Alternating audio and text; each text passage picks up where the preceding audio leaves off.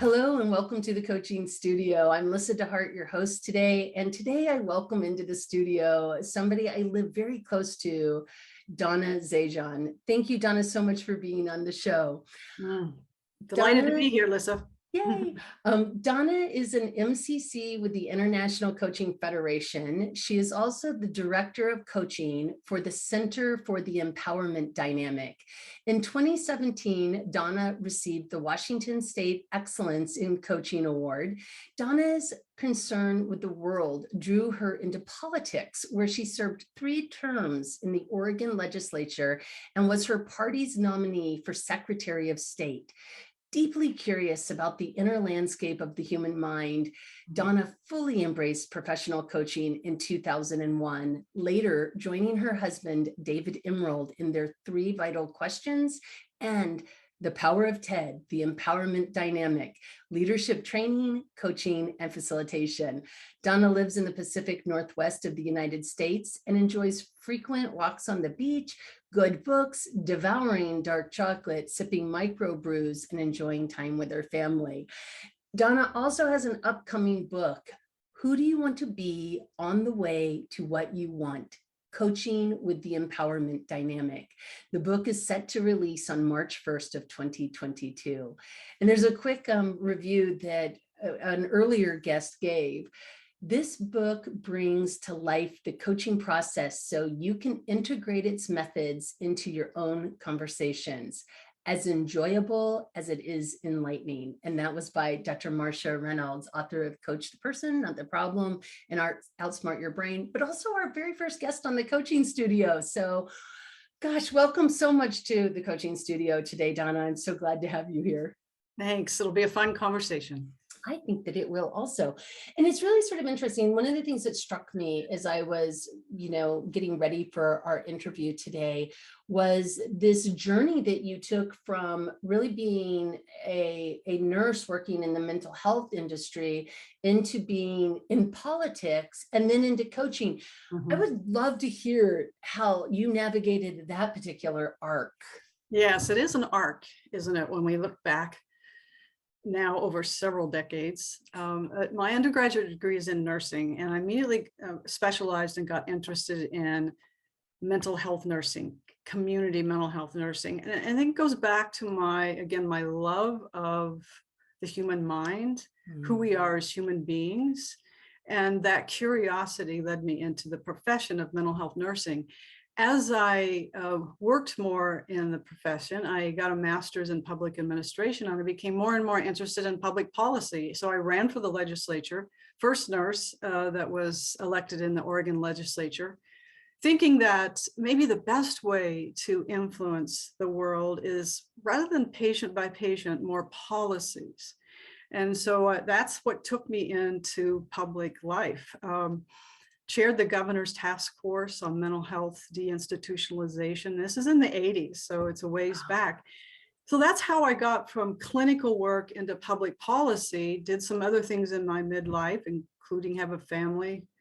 And later in life, now 20 years ago, I discovered coaching, and I felt that that really brought the both sides of me into play, in that the human development, as well as working with teams and organizations and a multitude of people through frameworks, through accelerating insight to be of service. And that's what all of this is about, isn't it, Lyssa? We want to be of service in the world. So that's a quick look at how they all connect. Sometimes I wonder myself, but there is a pattern I now look back and see. Yeah, it is interesting as you look back and you start to see all the connecting dots that coalesce into where we find ourselves in a particular moment. And I think one of the things that you just said also is really accelerating the learning. And I mean, through the Center for the Empowerment, right? There's this acceleration, I'm sure, that you see happen as coaches come through a program like that, learning how to utilize their own curiosity around whether it's the drama triangle or conversely, the empowerment dynamic. Then what has sort of been the way that you see coaches using this information and material in order to be better at coaching their own clients? Yes. Well, that's been a journey too, hasn't it, about how coaching is unfolded. And we have all kinds of assessments. We have all kinds of tools. And that I've gotten many certifications. And that is very helpful to support people to have greater insight into their patterns and who they are. What has been working for me is working with the drama triangle, first articulated in the 1960s by Dr. Stephen Cartman. And he boiled down what now psychology clearly has verified, that there's 3 primary reactions we human beings take on when we're uncomfortable with what's going on in the moment. And those 3 roles, Dr. Cartman said, is we feel victimized, so we disengage, step back, powerless, or we lean against and try to take control. And when that aspect comes forward in us, he named that as the persecutor. Mm-hmm. Now, the persecutor doesn't want to ever be the victim, so that's a real conflict. And when that happens, a 3rd role, Dr. Cartman named as the rescuer or the hero, who doesn't want to see people in conflict. So they have a real need to please, to solve, to fix. And boy, those 3 patterns, I learned about those in psychiatric nursing.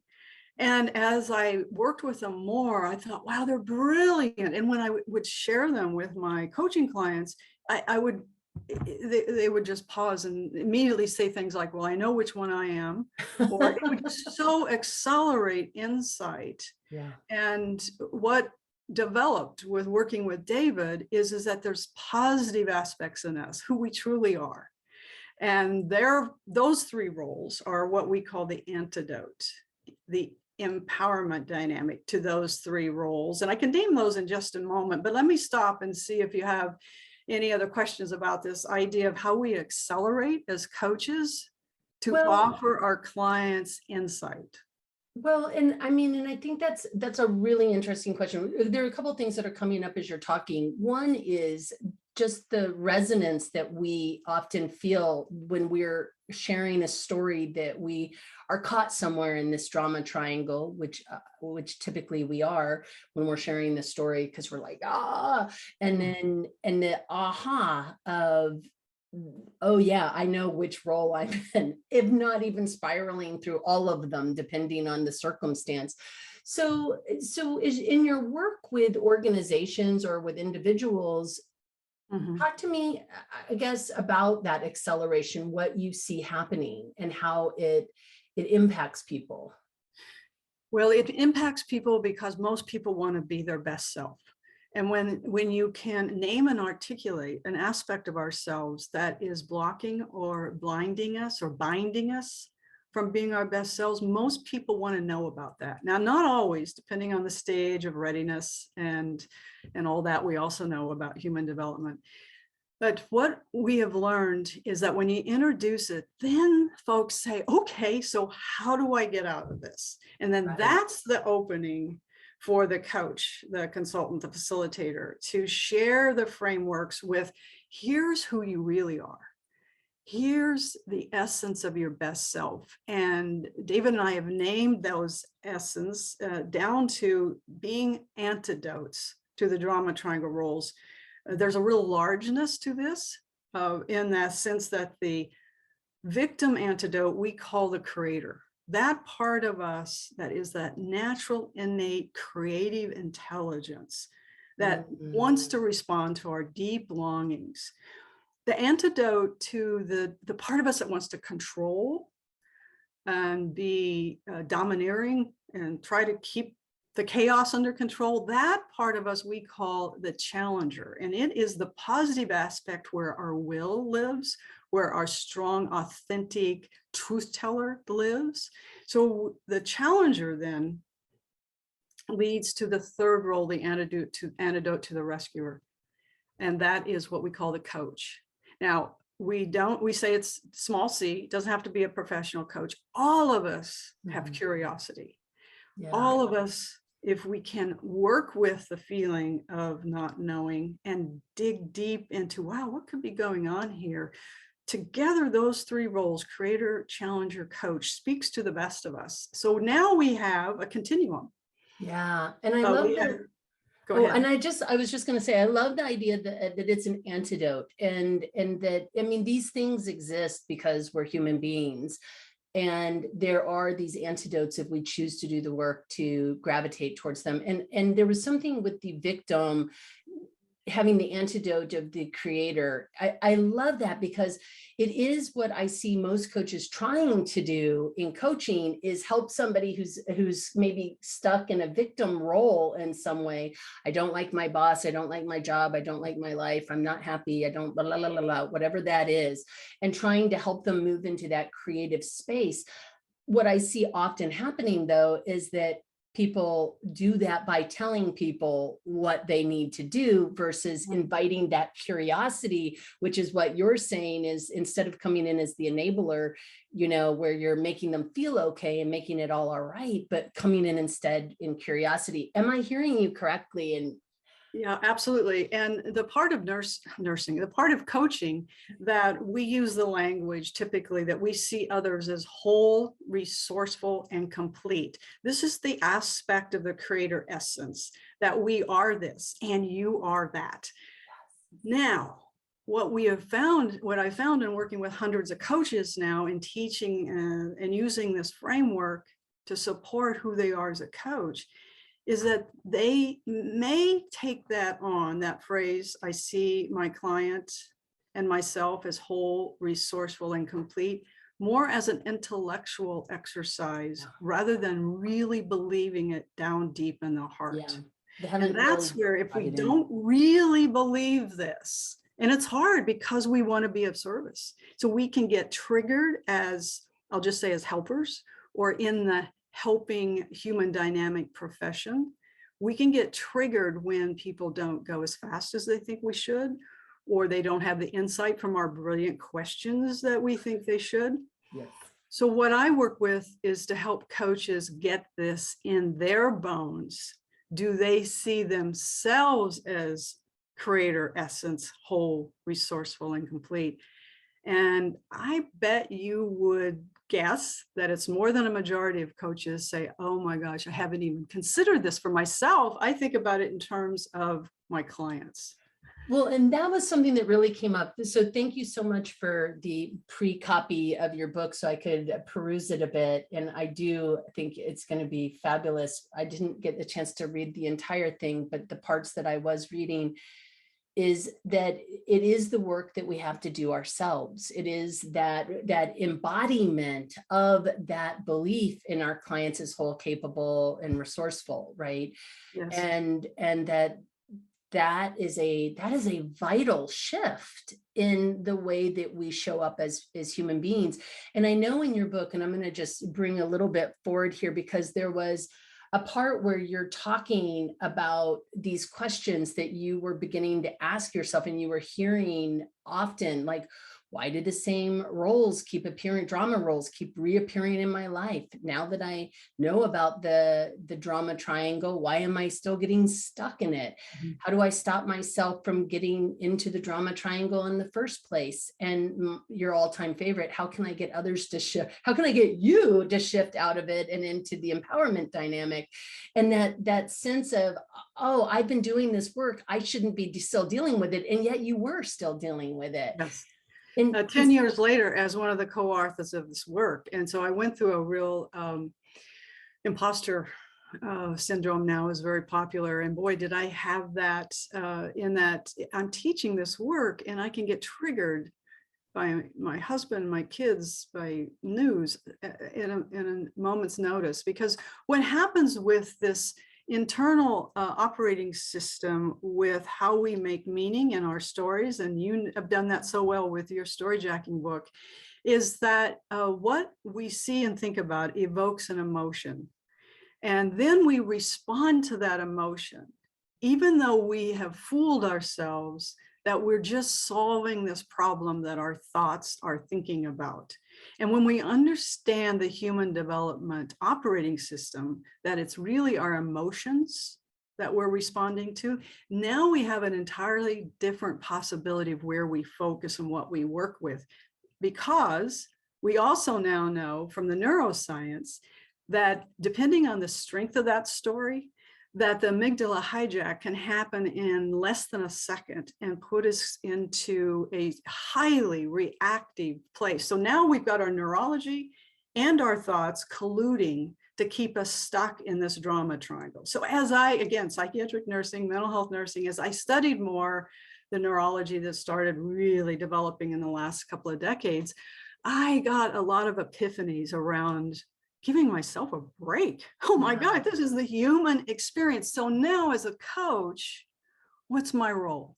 My role is to first understand my own triggering, my own neurology, my own strong need to show up as capable, successful, and how much that was interrupting, that chatter was interrupting my ability to be present to my clients, to be bold challengers when I got scared. Maybe they wouldn't like. Anyway, that kind of thing really started happening for me to take care of myself and respond to those questions. Those are great questions, and those are all real questions. I mean, that hands would go up, and that's the main 4 questions we heard all the time. Yeah. Okay. Well, and I think that's really crucial also for anybody listening to this. If any of those questions resonate for you, you are not alone. This is the challenge of human development, human evolution, your own personal evolution, as you are able to take what you know logically, like we know things on a mental level, we understand, our heads are like, yes, this is a truth, but bringing that into our bodies and feeling the truth of it are often, there's a tension there. Right? Oh, a big tension. And we have a big part of our coaching curriculum is around holding and relaxing into the dynamic tension that always exists in this gap between what we say we want and what we actually have. And the challenger in us must tell the truth about what we actually have, not minimize, marginalize. And the creator in us is that part of us that languages and says, what are my longings? What do I care about? But what I want to go back to that you teed up is how important for us as coaches to do our own work first.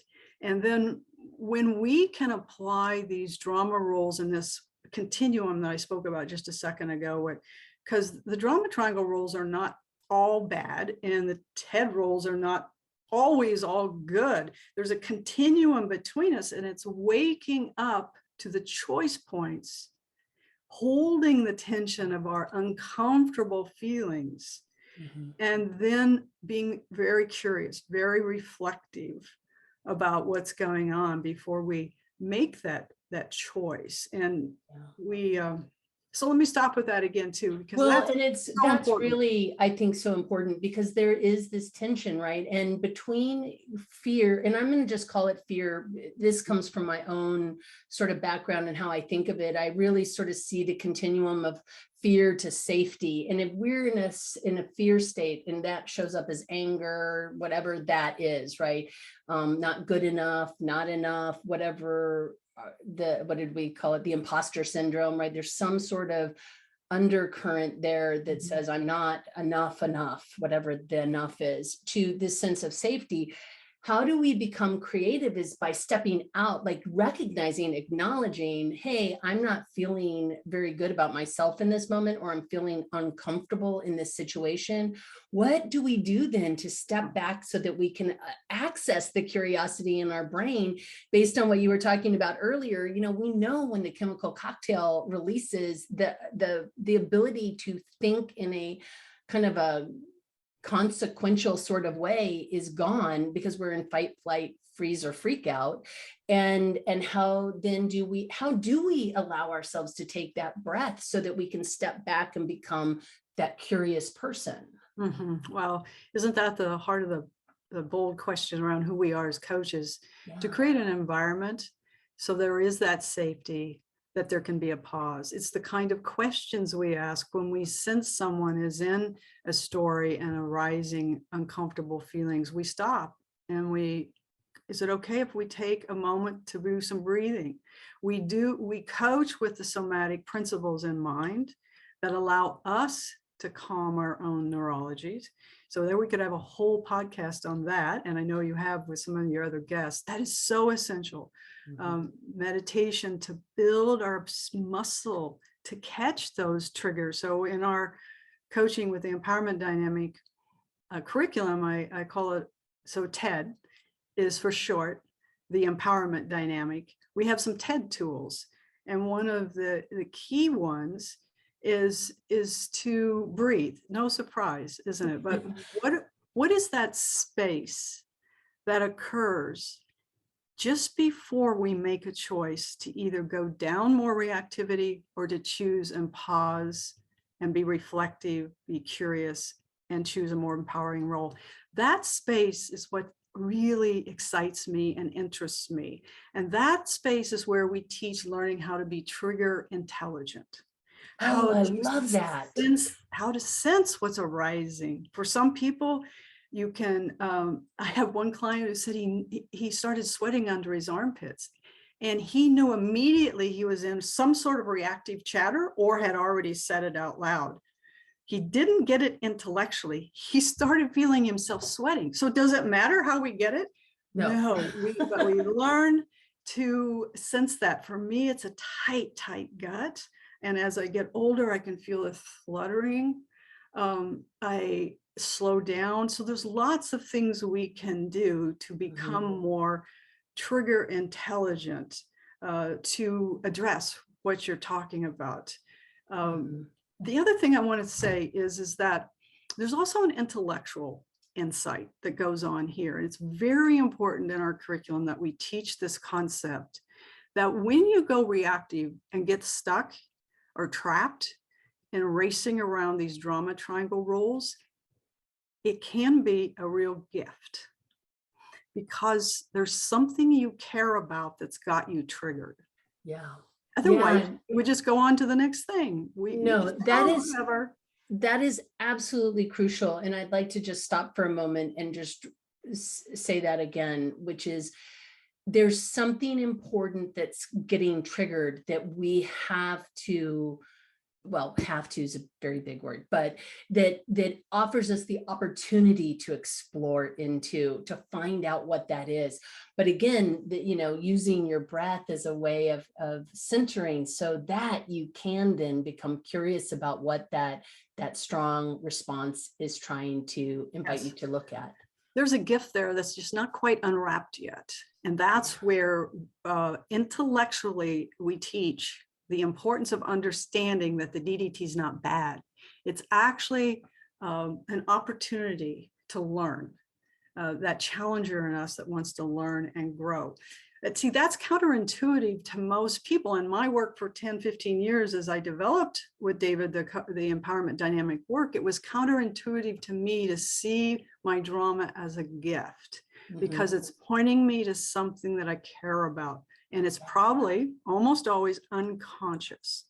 So that is an intellectual principle, or I'll just say a philosophical principle that we teach in our work that coaches tell me is a game changer.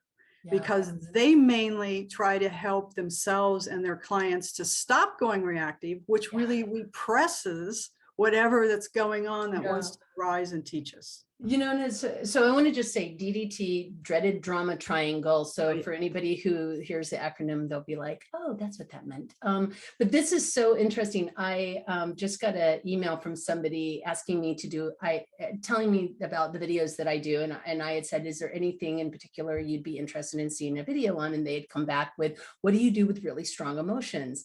And in some ways, this is exactly that, right? Like we get triggered by our clients' really strong emotion.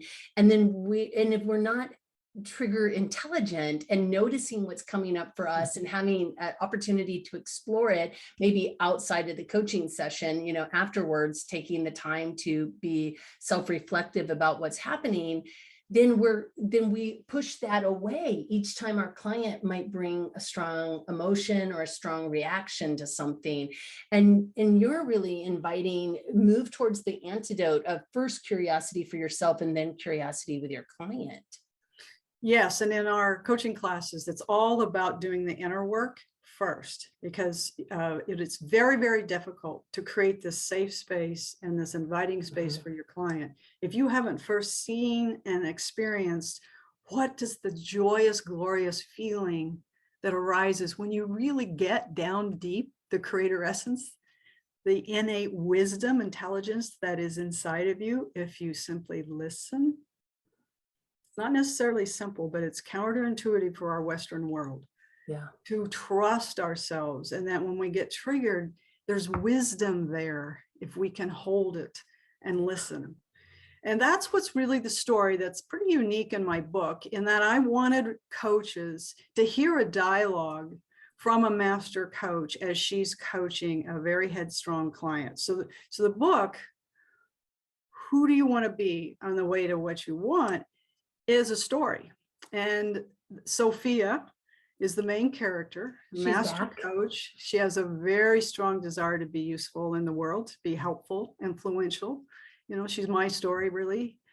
And in meeting this very headstrong young CEO, a woman who is a third generation owner of a construction company, who's just about as difficult a client as there is. And so over the few chapters of Sophia willing to coach her and share the drama triangle and to share the empowerment dynamic and to then share some of the TED tools of teaching her some basic listening skills. It's a story about how we hear Sophia in her own inner dialogue with herself as she's coaching. She'll be dismissive to herself, or she'll get triggered. And what I wanted to do is enliven this internal conversation for all coaches, but especially beginning coaches who may not understand how important it is to hold at least two things at once: our own inner dialogue as we're listening to our clients, and then it's like an infinity sign, and then our responding inner dialogue to whatever they're saying, and being able to hold and hear that really juicy dynamic is what this book is about. Yeah. And I mean, what I'm also hearing here that is so important to this evolution of moving from being helpful to being useful as a coach, right, is that ability to have that ability to hold your own curiosity about yourself with the curiosity of what's showing up. Yeah. And then be transparent in being curious about it versus assuming we understand what it means for another person also. Yeah. So it's one of my favorite parts of the dialogue that I heard through me on my walk between Sophia and RJ is Sophia taught RJ the difference between open curiosity and probing curiosity. And RJ, of course, says, what do you mean? I've never thought about the difference. And, you know, with that conversation, Sophia shares that oftentimes we say we're curious, but we're actually reflecting upon and trying to find something that we've already made our minds about that must be there in that open curiosity, curious space. When we're probing, we push. And it's usually unconscious because we think we're supposed to find something. And that just blew RJ's mind. And the idea of truly being open means you don't know. It means there may not be anything that you'll find, but this path of being curious when you don't know is the aspect. It's more than an aspect. It's a way of being as a coach.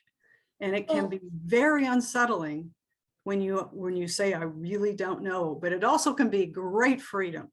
Yeah, well, and it's wonderful freedom for your client, because if you don't know and you're the coach and you're asking questions though, because you're curious and you're not embroiled in their situation, you have that clarity of distance to be curious with them on their behalf. It allows them to discover the knowing that already lives inside of them. And so that really brings me to your own journey towards MCC. And what I'm hearing is something that is at least reflective for me in my own journey is the journey towards letting go of needing to know and the expertise. What shows up as you with that for you? Well, I'm immediately remembering one of my mentor coaches when I first started 20 years ago. And I was working so hard, Lyssa, I had a set of questions right here in those days, we just worked on the phone by my phone, which was great because nobody could see that I had a list of my favorite 20 questions and I was scanning them. And she must have heard me scanning. And she said, Donna, technique is what you do until the coach shows up. Oh. And of course, that was 20 years ago. And so look at the impression it made on me. I was trying to be technique oriented. I was trying to be skillful in this next brilliant question that was going to come out of my mouth. And that journey to letting go as a coach, I would say really only took root when I let go in the rest of my life. I let go of trauma with my kids or with the world. Really believing that down deep, I have no idea what's going to come about. That's why in our work, we love baby steps. All I really need to know is what is the next step in front of me. And that's how I wrote a book, literally a paragraph at a time. So this journey, to tell you the truth, it's certainly had its ups and downs because I am a very get her done type lady. And I like that about me, but it also runs counterintuitive to letting go, to admitting you have no idea what's going on. And I say that now to my clients more than ever. Wow, what just happened? That kind of, just sensing what just happened in the space.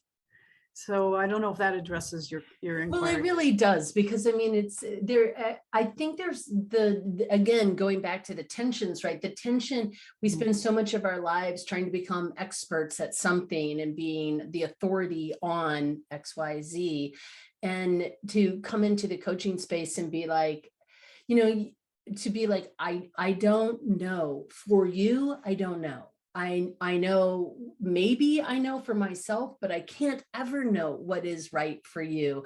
And so to be in that state of wonder with another human being, and it really goes back to something that you had said earlier, or, around, deeply curious about the inner landscape of the human mind. That means we have to be curious, not that I know your inner mind, but that I'm curious about your inner mind. And I mean, you really just say it at the very beginning of what we started talking about, right?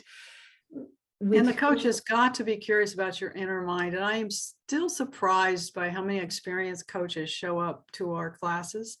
And it's a revelation of some of the exercises we ask them to do, to listen.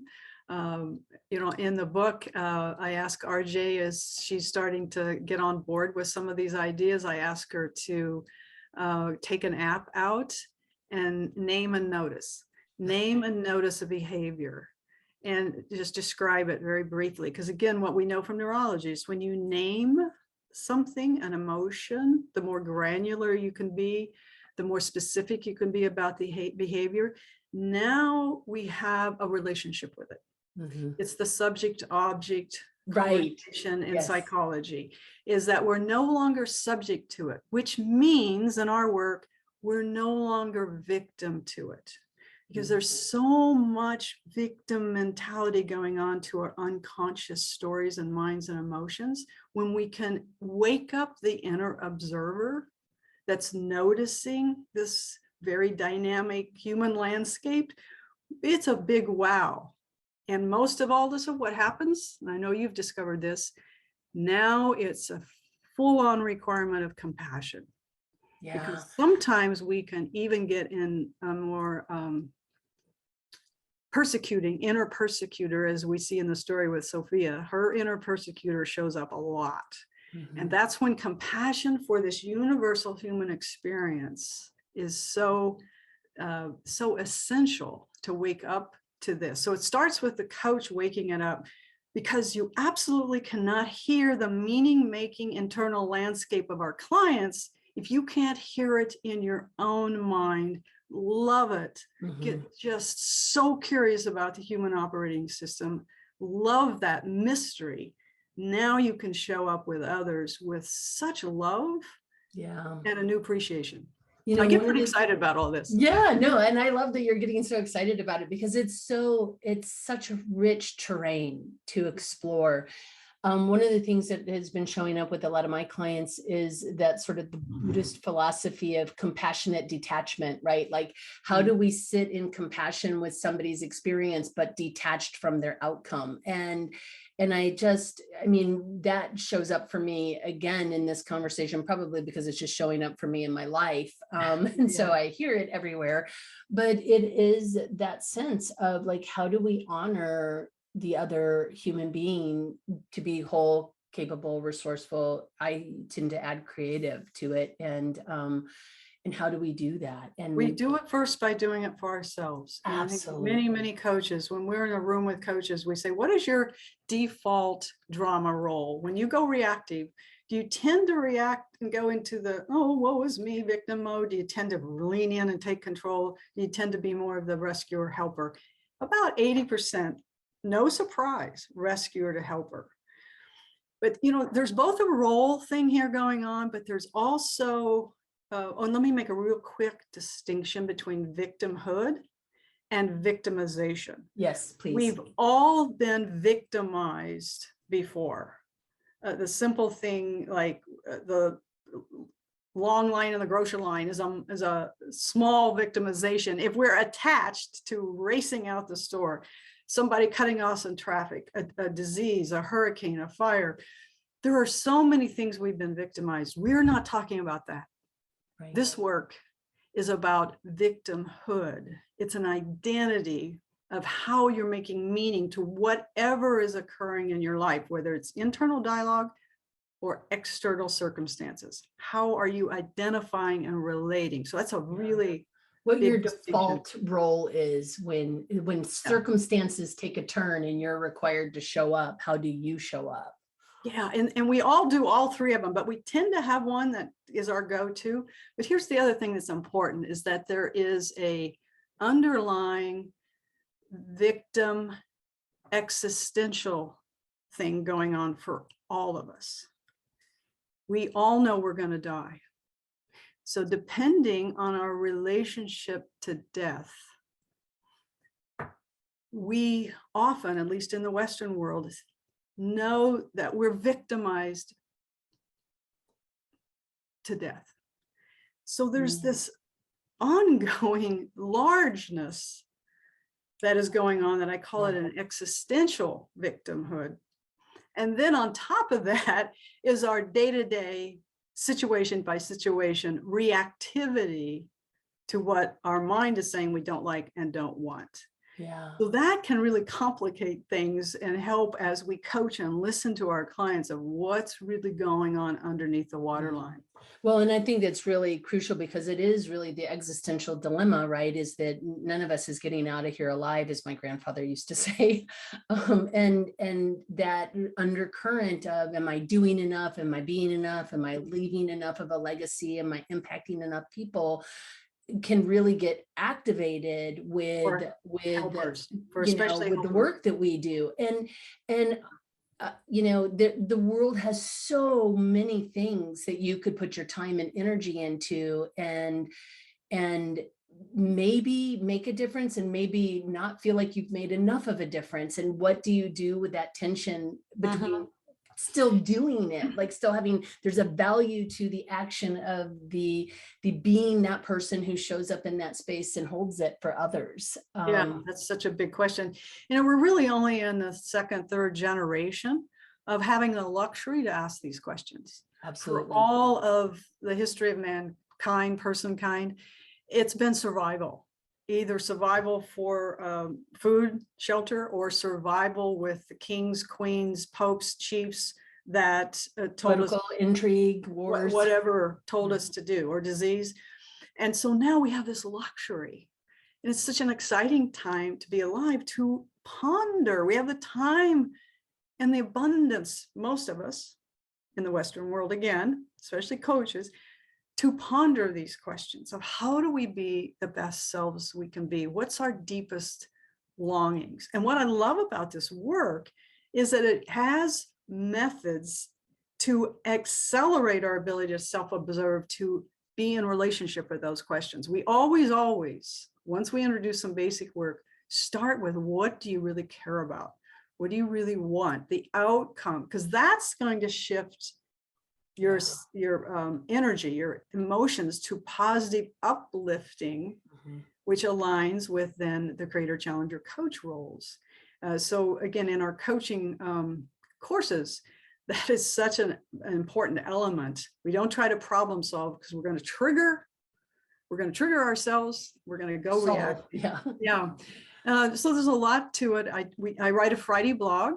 That if you want to go to, I'll put your website in, and in fact, this really sort of is a good place to transition into what is new in your world. I think there were some things besides the book happening. Right. David and I are launching somewhat of a rebranding from our Power of TED work and what we call our 3 vital questions for teams and organizations to apply the Power of TED work. We're putting it all together, and it's now going to be called the Center for the Empowerment Dynamic. The empowerment dynamic roles is our intellectual property, registered trademarks, and we're realizing this is where we want to create an umbrella for all of our work. We'll have 3 books starting when mine comes out in March 1st. So that's going to kick off by the end of January, 1st of February. And David's book, The Power of TED, is kind of our foundational book. And then my book, it really geared towards coaching with the empowerment dynamic, March 1st. Well, and I'll be creating links for all of these places, like the books. And I'm going to add David's book in there also, because I think it's so profound, and his work with the Cartman drama triangle is just seminal. And so I'll make sure all of that is available for people to click on and go and check out your work. Thank you so very much for being on the Coaching Studio today. I've absolutely appreciated this conversation. I've appreciated it too. And I remember when I reached out to a coach, when I was contemplating going to coaching school, and she was so spacious and generous with her time to answer my questions. And so for any of the newer coaches or people that are considering coaching, I hope this has offered you an idea of the identity that Lyssa and I feel around who we are being as curious, amazing people that, well, I don't know how amazing we are. I guess we are. We're amazing. We are curious. We're amazingly curious about the human operating system, the human mind, and coaching creates the space to partner with others. And we know we're at a pivotal time in the world's history. And coaching is as powerful as any profession to help accelerate the goodness. So this planet works for all, not just a few. Yeah, I love that. Thank you so much. You're welcome. Thanks for inviting me. You're welcome.